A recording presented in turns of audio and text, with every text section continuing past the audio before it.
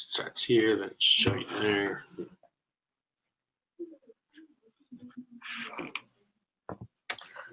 Welcome, everyone. We're going to get started in a couple of minutes. There. Is that live? That's 14. So it should send them all the link. Excellent. Oh, it's on a delay. It's on delay. Yeah, like, yeah.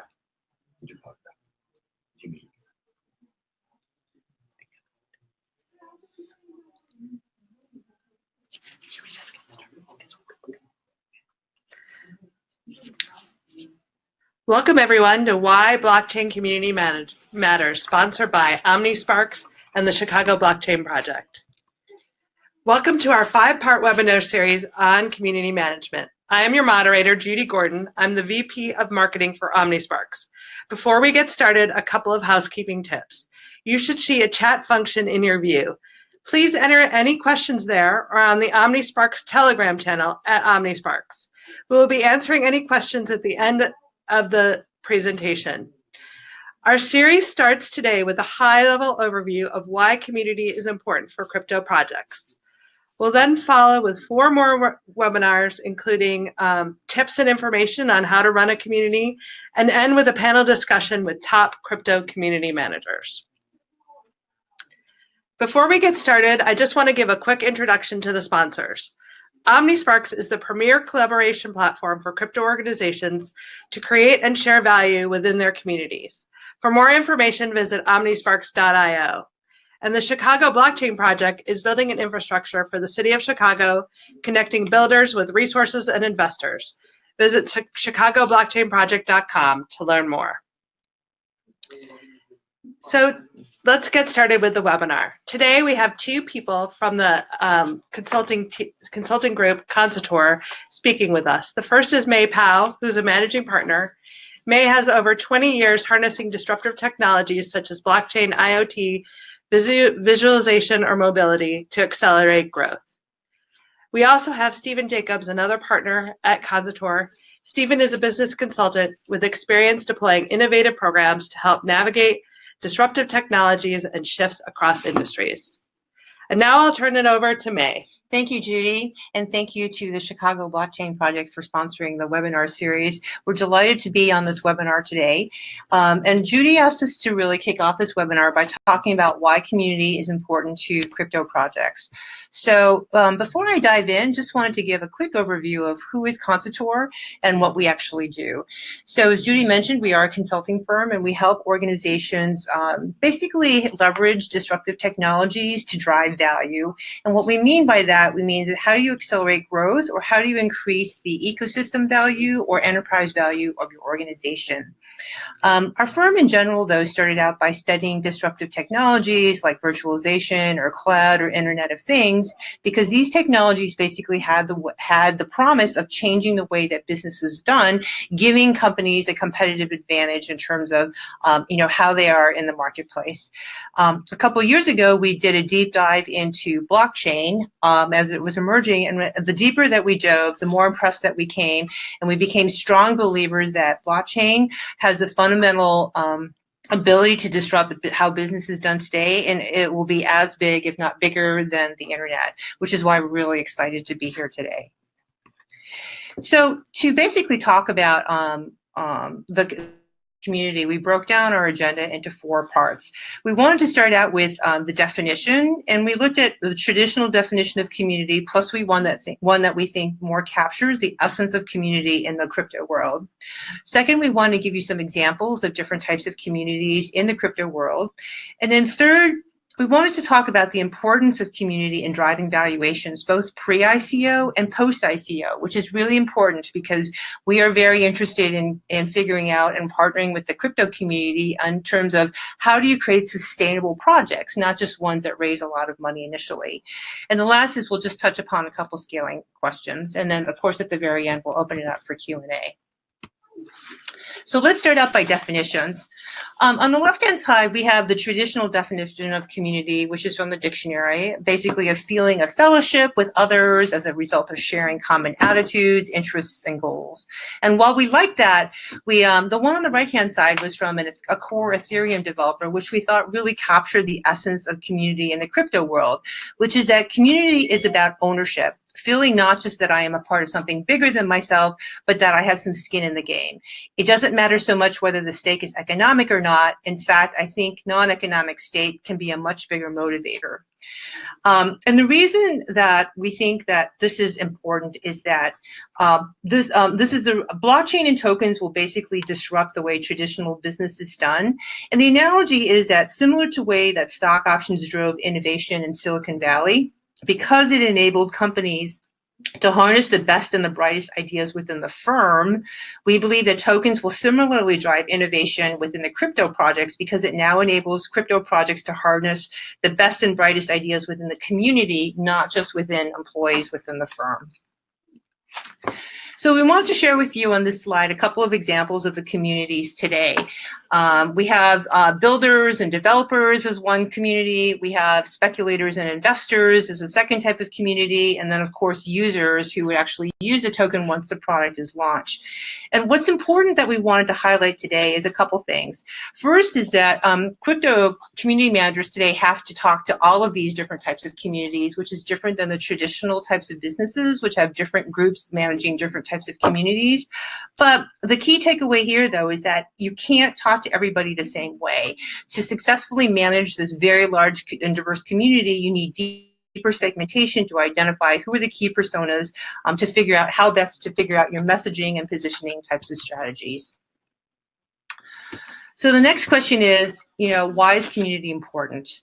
And community is important because cryptocurrencies are basically not corporations, but representations of value or assets within the network. Its viability is not based on generating value, but directly depends on the participation of the community. So as your community grows larger and more engaged, and they use the tokens more and more, the value of your token tends to increase. So different examples of different types of engagement would be developing products within open source developer network. You could use it to inform and cultivate investors with updates on what's going on with the project or the funding, or to ask questions. You could use to engage with users or service providers. You could basically collaborate with your community, have your members advocate, and then also have members recruit to a broader community members to help grow your overall community participation. But let's back this up with some of the some research data with more sort of quantitative types of data. This slide basically has a survey that was done from David Atkinson from November 2017 to March 2018 on the top things to do pre-ICO to generate, on the top 11 things to do to run a great ICO. And you can see right behind number 1, which is knowing yourself and your project, is number 2, which is getting your community right.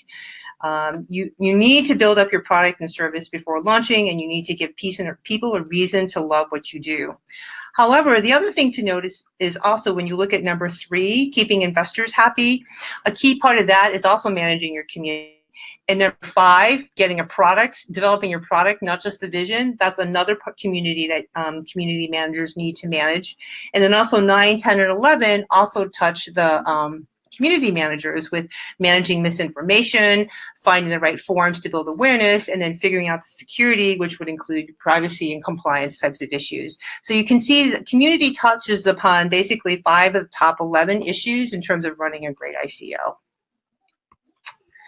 The next slide looks at community as an evaluation criteria for ICOs. When we did a survey of top folks that looked at ICOs and did ratings, and we actually excluded those that did not take fees for ratings or listings, basically found that about over 60% of the ICO raters looked at or included community as part of the overall evaluation. And that's the pie wedge that's in blue. There were only about less than a third, about 25%, that did not include community, and the remaining 25% 100%. We weren't necessarily sure if they included community or not because they didn't give us any detail or provide transparency in terms of their evaluation criteria. But nonetheless, I think it's a growing movement that there are more and more people that are basically saying that community is an important part in looking at the overall health of your project and helping them to evaluate the value of your ICO. The next slide is the Concitor token valuation model, which talks about, the analysis that our firm did on community as a driver in valuation. So Stephen Jacobs is going to walk you through this. Thanks, May. So at Concitor, when we look at a new business model, one of the first things we try to do is to understand the fundamental drivers of value. What are similar to existing models and what are different? Usually, given that disruptive technologies occur primarily driven by startups, we don't have the type of data that we had with cryptocurrency world. Given the amount of trading, we had a really robust data set to understand how the market was valuing cryptocurrencies. And our core goal was not to look at a sort of technical analysis to understand the movements of the crowd and driving up a certain cryptocurrency, but to cut through the noise and to be able to identify a few indicators that wouldn't help us trade, but would help us build a better ecosystems and more successful ecosystems. So over the course of about 3 months, we took a look at over 50 indicators. These are data points that range from market cap and volatility to social engagement to team strength. And we evaluated those over about 1,000 different cryptocurrencies where we had data. We narrowed those down running a number of linear regressions over a course of time to about 500 coins and further down to about 100. And over that course, we really saw a number of indicators or categories of indicators that were demonstrating value, and they were demonstrating continued positive correlation with value over the course of a lot of spikes in speculation. And what we came to were really 4 key indicators. I'll start last to first, moving up. The first really is liquidity, and this makes a lot of sense. If one of the things we focus on most in an ecosystem is the flow of value, that's what a token enables. The ability for people to access and to exchange that value, that token, is absolutely essential to that. And so we looked at indicators such as number of fiat pairs and cryptocurrency pairs and the value of those ecosystems. The second thing we looked at was capabilities. And this was real. When we think of capabilities, we think of both internal traditional capabilities. This is the strength of the founding team, but also looking at unique cryptocurrency capabilities, which is really about your open source environment. So this actually includes a little bit about a community as well, which is we looked at GitHub commits and a few other GitHub indicators to understand how engaged is this developer community. The third is opportunity. And all of our valuation models, when we look at software as a service or other type of business models, include opportunity. This is both the potential market. So this ranges from a company focused on invoicing software versus a company or a token organization that's looking at disrupting foreign exchange, for instance. Obviously, vastly different total opportunities. And then finally, and probably the most important driver, is community. And we looked at a number of different aspects and indicators of community. And what I'll say is that we really saw 2 different types of indicators. We saw a sort of higher in the funnel social presence. These are people engaging with your community on social media who haven't quite committed or maybe committed financially. The second are actual people who are actual stakeholders in that. So we looked at indicators around number of wallets to understand that. So why this is important, because when we took all of these and ran a multilinear regression, we had a R squared of about 0.96. And for those of you who have not had experience with this the typical indicator of correlation for business is around 0.8. And so our model really has a strong indication of value. And as we've continued to update the model, the thing that has really kind of survived the last 7 months has really been community. And so, the reason we want to bring this up, because we really do believe in making sure that there's quantitative backing to these qualitative concepts. And that quantitative analysis helped drive our understanding and our focus on community. Back to you, May. Perfect. Thank you, Stephen. So to wrap it up, we hope we've done showed you some data, qualitative and quantitative data. And next, we wanted to take you to the next step in terms of, well, what happens once you have a community? What are some of the challenges that you have in scaling your community and growing it so that you can continue to drive the value? So what we did was we reached out to some of the existing online communities that are out there, because they are there and they do exist. And kind of identified some of the top issues. Things like rising levels of spam and abuse. Basically, 0.1% of the population being trolls sounds fine until you find out that 100,000 members and about 100 trolls that you have to deal with every day becomes an issue. Second would be declining quality of the discussions, that as you grow more and more members, the quality of the discussions decreases. Third is the level of trust. The early stage projects tend to define or develop a very close community where there's a high level of trust. But of course, as you increase in numbers and with less connections, the trust can also decrease. Fourth is participation inequality. And what we mean by that is they say the rules within the social media networks is that you have a 99-1 rule, which is that 90% of the people lurk, 9% participate, and 1% of them actually create. But so the question is, well, how do you get stronger participation from the broader community managers? The next issue is quality and authority, which is it's increasingly difficult to distinguish high quality contributions and general experts from low quality contributions and non-experts, especially as the community size grows. Next would be, answering questions at scale. And when we spoke with several community managers of crypto projects, this was one of the key issues that they dealt with, especially going through the ICO. Taking questions from investors and community members all across the globe 24/7 became a real issue, especially if you had thousands and thousands of users and questions coming in. The next one issue is privacy, security, and legal threats. And we all know about hackers and spammers, as well as the increased regulation that's out there in terms of customer privacy. And then we also have building echo chambers and restraining activism. So, this is, I think, one of the functions that we've seen in social media, where people tend to self-select into certain types of group and listen to only certain types of information that they want to hear. So one of the key questions is how do you create a robust and a diverse community that continues to drive a robust and diverse type of conversation going through, so that you don't go down increasingly narrow paths of thinking. Next is what we call demands upon technology. We've spoken with several crypto project managers, and they all tell us that they're using basically duct tape and and scissors to hold together and pull together different types of tools in order to manage the community that's out there today. There is no tool that exists to help them manage the community in a scalable way. And then, of course, managing a team, and then your broader volunteers, which is your broader community manager. How do you do that 24/7 in multiple languages? In a way that, that kind of scales, where folks can have a centralized message and they have a centralized strategy and a centralized, types of branding, types of approach.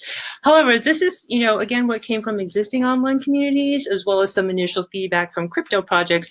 We would love to get your feedback in terms of what your issues are and challenges are. And so our request would be to send to our Telegram or Omnisparx's Telegram channel the top 3 challenges that you face at the Telegram and at Omnisparx. So with that, we'd like to wrap up the webinar and open it up for questions. Judy? Yeah, so thanks, May and Stephen. That was really enlightening.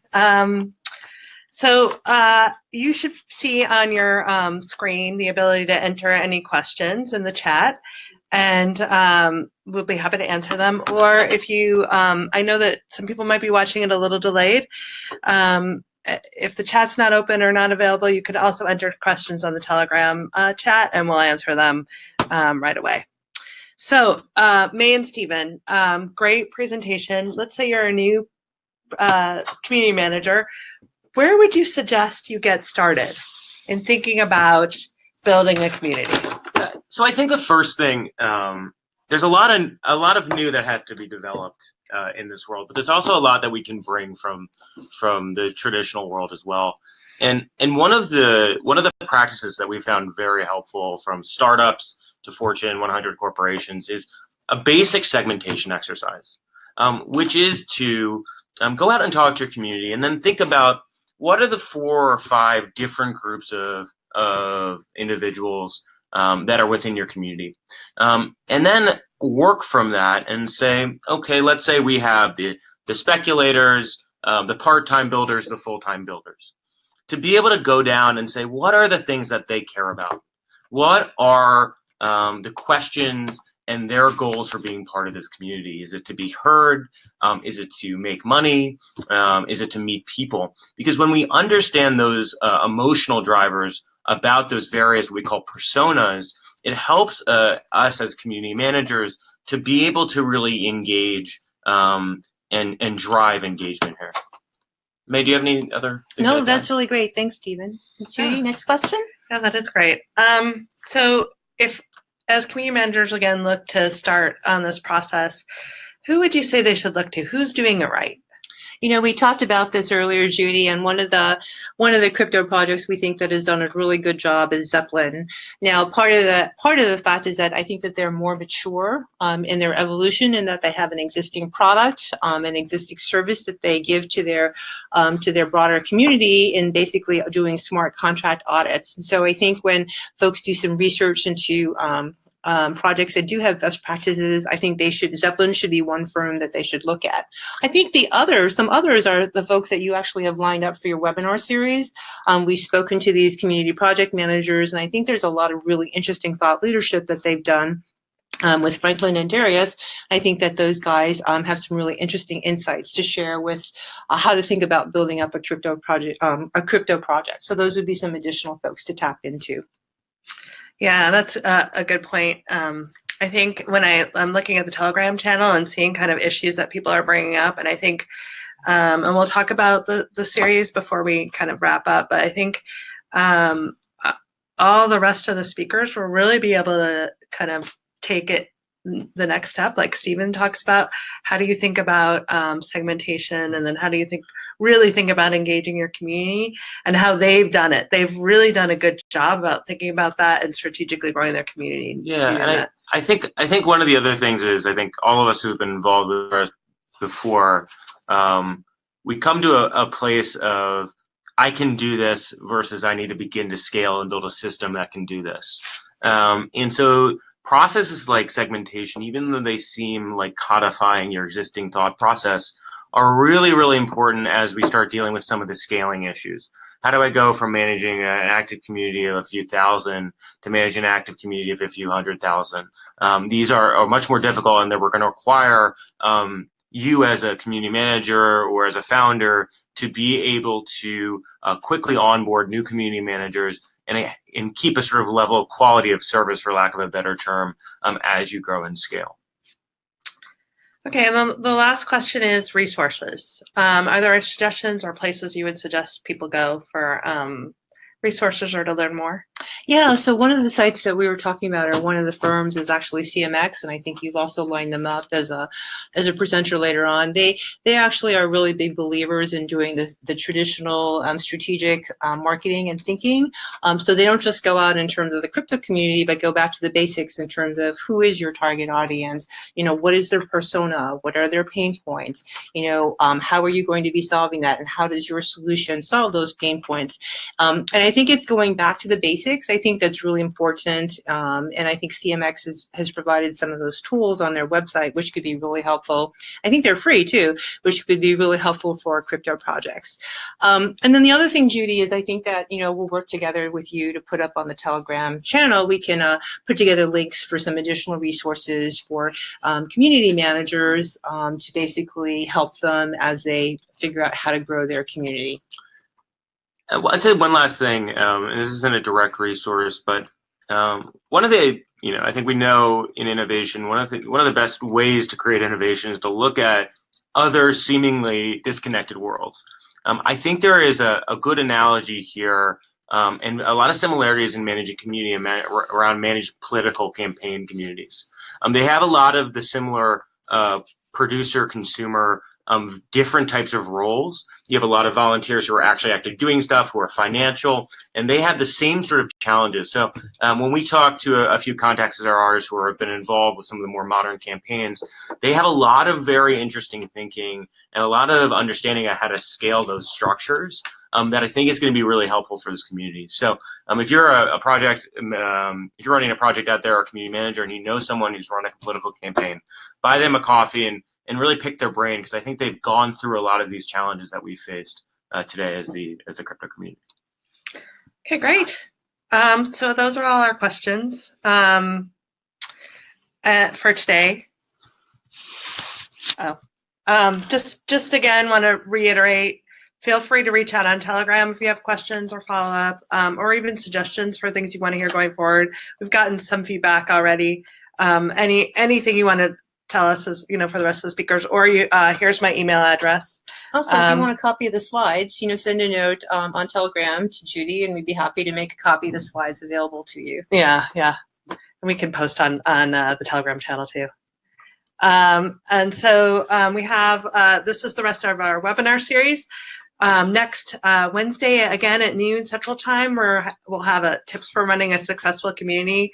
It's going to feature Franklin Ford, who's from the Beaksea Exchange, who has also built his own. Franklin Fitch. Sorry, Franklin. Who is run Beaksea Exchange. He's also built his own investor community, and he has a lot of great tips for running a successful community, how to think about targeting and messaging, and really growing that community organically. We're also going to talk about engagement and engaging communities through education. It's one way to bring your community, because one of the things that people talk about is not only how do I get people into my community, but how do I keep them going? So we're going to talk about education. And then framework for building community, which is the CMX group, like May said. And then we're going to end with an open Q&A with a community manager panel. Maybe we could try to get a political. We'll see if we can get a political community manager to join our last panel. All right, everyone, thank you so much for attending. We'll send out the link to the webinar so you can watch it again, and look forward to seeing everyone next week.